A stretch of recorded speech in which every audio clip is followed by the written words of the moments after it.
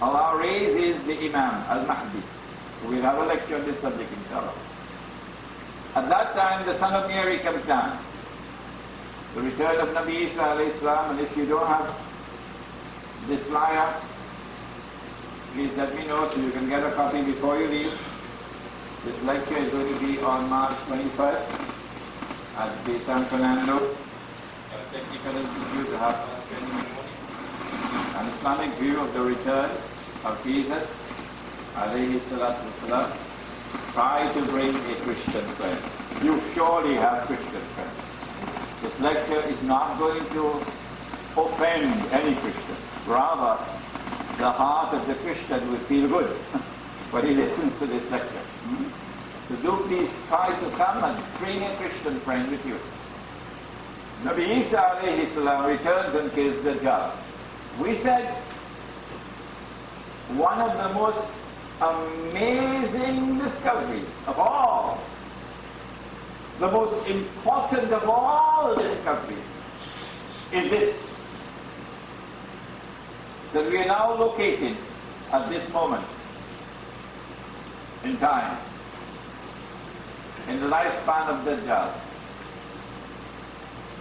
A day which is like a year has ended.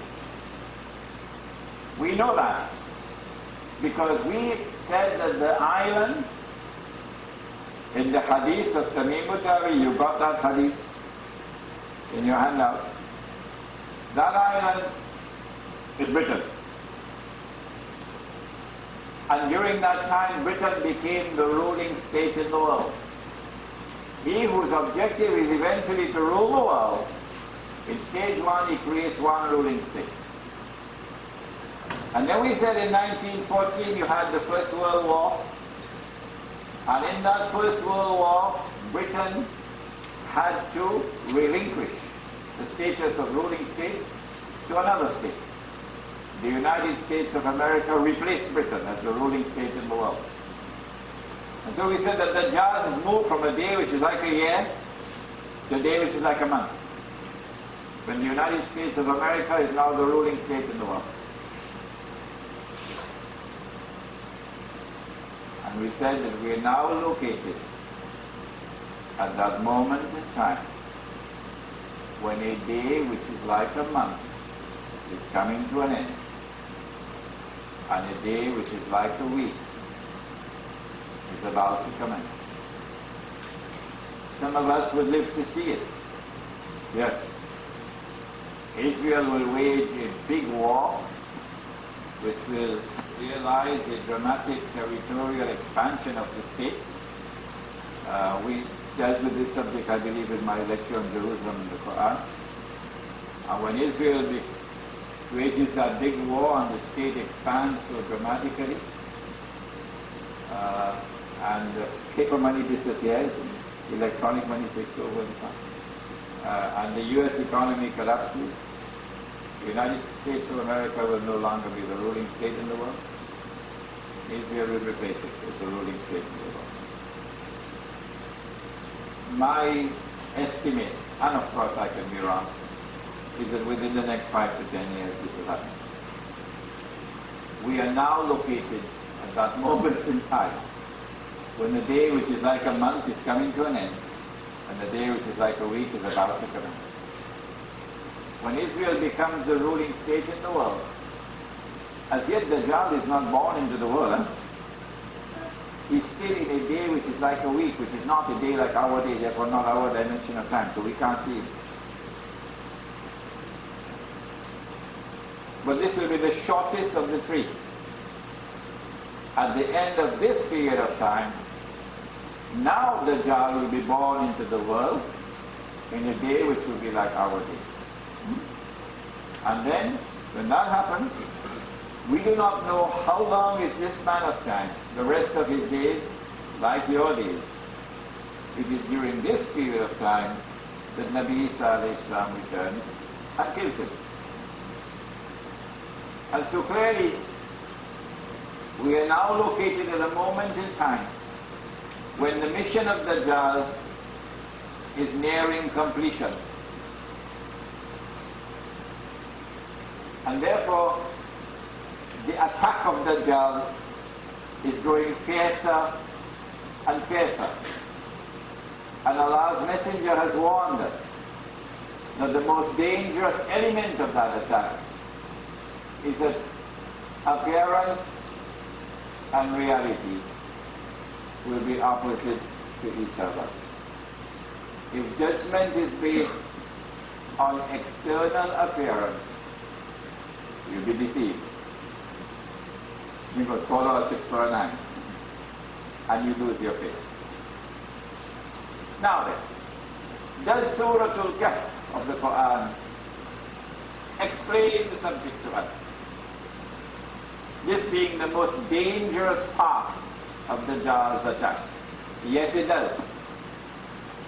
And now we begin in Allah's blessed name by entering into the surah itself. Maulana Ansari rahimahullah said, look for the system of meaning. Look for that thread which will bind everything together. My opinion is that here we locate the very heart of the subject. And this is why I begin the subject here and not at the beginning. We begin the subject, the story of Musa alayhi salam and Khidr alayhi salam. You've got the handout, and in that handout you'll find the story. You cannot understand what the Quran is saying now until you go to Nabi Muhammad alayhi salam. The hadith is indispensable for understanding the Quran. What does the hadith say? Musa alayhi salam has taken Banu Israel across the Red Sea. The miracle has occurred. Then he asked Banu Israel, come on, let us fight, let us enter, take control of the Holy Land which Allah gave to you. Surah Al-Ma'idah. But they learned that there are powerful people in the land, so they said, we're not going. You and your Lord, both of you go and fight, we will stay right here.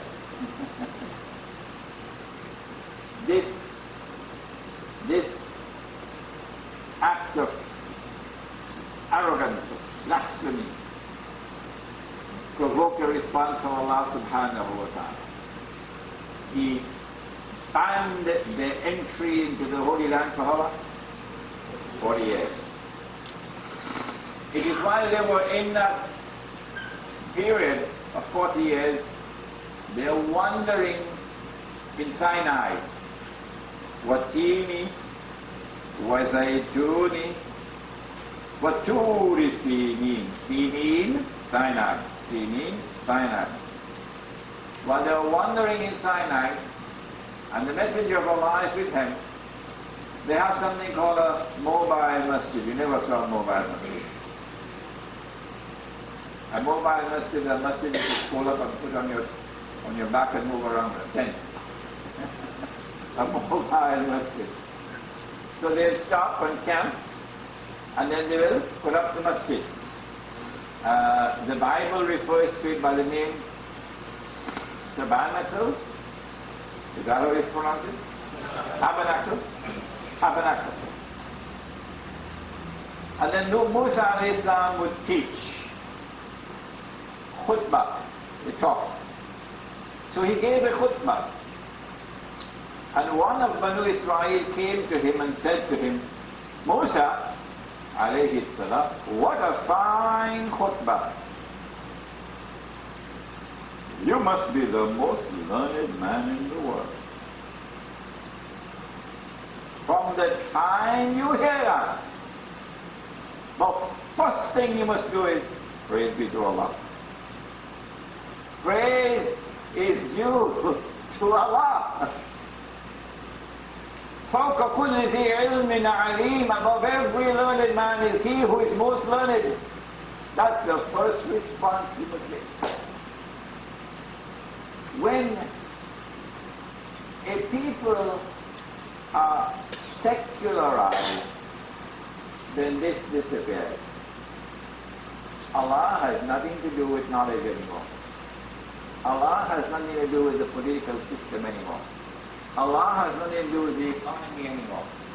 Allah has nothing to do with the education system anymore. No. So you cut Allah out when you secularize.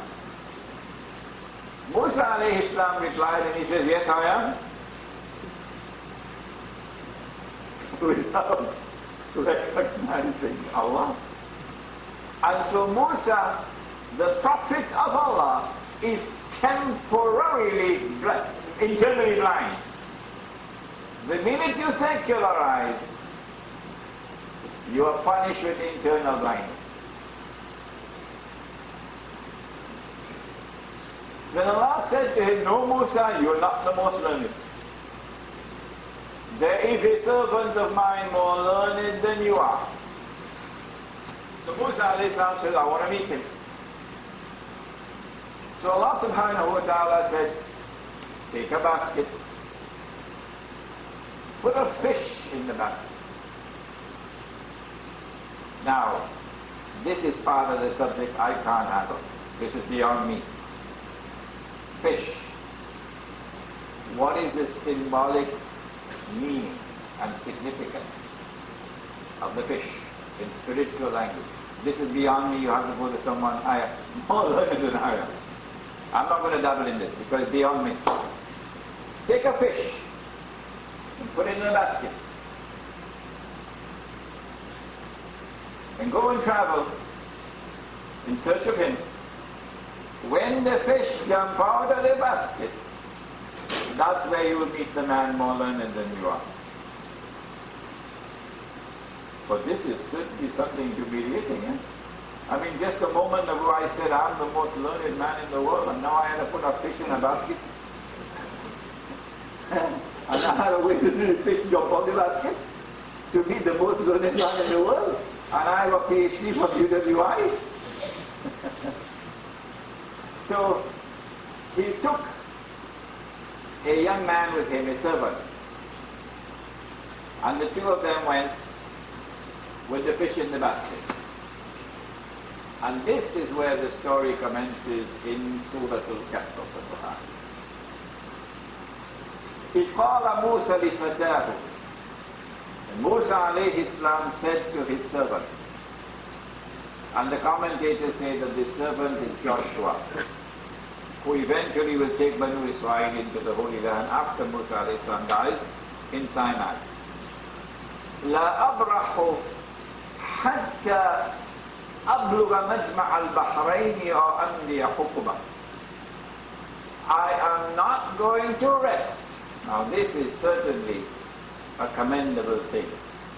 A restlessness in the soul for knowledge. A restlessness in the soul for knowledge. Whether you are young or whether you are old. I'm restless. I want to understand. I want to learn. And if there is a man who has knowledge, even if I have to spend my entire life traveling to find that man, I'm going to travel. لا أبرح حتى أبلغ مجمع البحرين. I am not going to give up. I'm not going to rest until I reach that place where that man is. Sura Kehf is giving a powerful lesson there about the kind of restlessness there ought to be in the soul for the pursuit of knowledge, and in particular what the Quran has to offer as knowledge. But he says, I will not rest until I reach Majma'ul Bahrain. Majma' coming together.